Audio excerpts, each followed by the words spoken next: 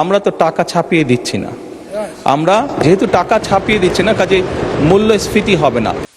আপনার মাধ্যমে মাননীয় প্রধানমন্ত্রীর থেকে জানতে চাই যে ফ্যামিলি কার্ড, কৃষক কার্ড, কৃষি কার্ড, হেলথ কার্ড যে ধরনের কর্মসূচিগুলো গ্রহণ করা হয়েছে তার ইতিবাচক কিছু দিক রয়েছে।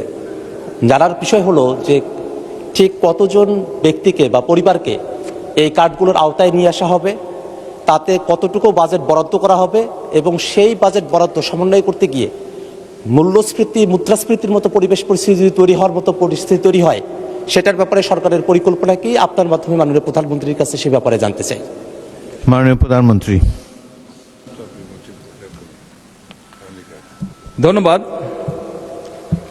মাননীয় সংসদ সদস্য। আপনি যে প্রশ্নটি করেছেন যে কতজন মানুষের কাছে আমরা পৌঁছে দেব, তাই তো, এবং মূল্যস্ফীতি হবে কিনা, বাজেট কত, স্বাভাবিকভাবে বাজেট কত এটি আমরা আপনাদেরকে এখনই বলছি না। অর্থাৎ আমরা পর্যায়ক্রমিকভাবে জিনিসগুলোকে সামনে এগিয়ে নিয়ে যাব।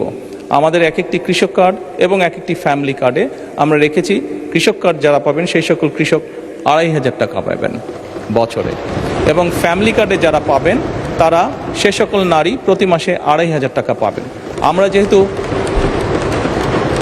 আমরা যেহেতু প্রতি মাসে এটিকে এক্সটেন্ড করতে থাকবো, অর্থাৎ অধিক সংখ্যক নারী কৃষক কার্ড পাবেন, অধিক সংখ্যক কৃষক কার্ড পাবেন। একবারে সবাইকে দিচ্ছে না, পৃথিবীর কোনো দেশের পক্ষে একবারে সেটি সম্ভব না করা।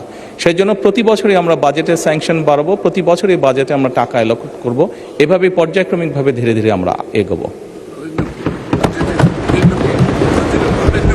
এবং অবশ্যই বাজেটের প্রাধান্য পাবে। এবং আপনি যেটা বলেছেন মূল্যস্ফীতি হবে কিনা, আমরা তো টাকা ছাপিয়ে দিচ্ছি না। আমরা যেহেতু টাকা ছাপিয়ে দিচ্ছি না, কাজে মূল্যস্ফীতি হবে না। বরং আমরা মনে করি এই টাকাগুলো যখন মার্কেটে যাবে, যারা কৃষক কার্ড পাচ্ছেন সেই সকল কৃষক, যারা প্রান্তিক পর্যায়ে নারীরা যারা পাচ্ছেন টাকা, নিশ্চয়ই তারা সিঙ্গাপুর বা বিভিন্ন দেশে টাকা পাচার করবেন না। সেই টাকা লোকাল অর্থনীতি দিয়ে তারা খরচ করবেন, এবং একজন নারী স্বাভাবিকভাবে সেটি তার সন্তানের লেখাপড়ার পিছে খরচ করবেন, অথবা সেটি তার সন্তান বা পরিবারকে একটু ভালো খাবারের ব্যবস্থা করবেন, অথবা তিনি লোকালি কোনো ছোট ব্যবসা প্রতিষ্ঠান গড়ে তুলবেন। ফলে যেটা হচ্ছে, যেই টাকাটা সরকারের কাছ থেকে তার কাছে যাচ্ছে সেই টাকাটা লোকাল ইকোনমিকে শক্তিশালী করছে, লোকাল ইকোনমিতে সেটি রোটেট করছে। যেমন একজন নারী যখন সেই টাকাটি পাবেন, উনি যদি একটি মুদির দোকানে গিয়ে সদাই করেন, এরকম উনার আশেপাশে যারা সেটি পাবেন, আরও যে সকল পরিবার, আরও যে সকল নারী পাবেন, তারা সকলে যখন ওই মুদির দোকানে যাবেন, স্বাভাবিক সেই মুদির দোকানের সেল বাড়বে। সেই মুদির দোকানে যখন একজন কর্মচারী যদি এখন থেকে থাকে, 1 মাস পরে বা 2 মাস বা 3 মাস পরে সেই মুদির দোকান মালিক দেখবে যে আমার একজন কর্মচারী দিয়ে হচ্ছে না, তখন সে আরেকজন কর্মচারী নিয়োগ করবে। ফলে কি দাঁড়াচ্ছে, কর্মসংস্থান হচ্ছে, এবং সেই কর্মচারী 2 জন বেতন পাবে, তারাও গিয়ে গামছা কিনবে, লুঙ্গি কিনবে, অথবা তার সন্তানের জন্য চিপস কিনবে, অথবা একটা ছোট্ট ফ্রক কিনবে তার মেয়ের জন্য।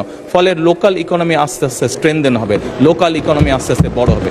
কাজেই মূল্যস্ফীতি হবে বলে আমরা মনে করি না, আমাদের কোনো রিসার্চে মূল্যস্ফীতি বলে না, বরং অর্থনীতি আরো সচল হবে, অর্থনীতি আরো স্ট্রেনদেন হবে, এবং লোকাল যে সকল ইন্ডাস্ট্রি আছে, বাংলাদেশের শতকরা 70 থেকে 80% মানুষ যে সকল প্রোডাক্ট কনজিউম করে সেগুলো লোকাল ইন্ডাস্ট্রি প্রোডাক্ট কনজিউম করে। কাজে লোকাল ইন্ডাস্ট্রিগুলোকে স্ট্রেনদেন করার এটি আরেকটি উপায়, এবং তার ফলে যেটি হবে, সামগ্রিকভাবে ডিপ্রাইভ যে সকল মানুষ আছে, আমি বলছি না যে আগামী 6 মাসের মধ্যে এটি হবে, তবে ইনশাল্লাহ 3 থেকে 5 বছরের মধ্যে আপনি যে পরিবর্তনটি দেখবেন, যারা প্রান্তিক গোষ্ঠীর মানুষ, তাদের জীবনযাত্রার মান ইনশাল্লাহ অনেক উন্নত হবে। ধন্যবাদ মাননীয় স্পিকার।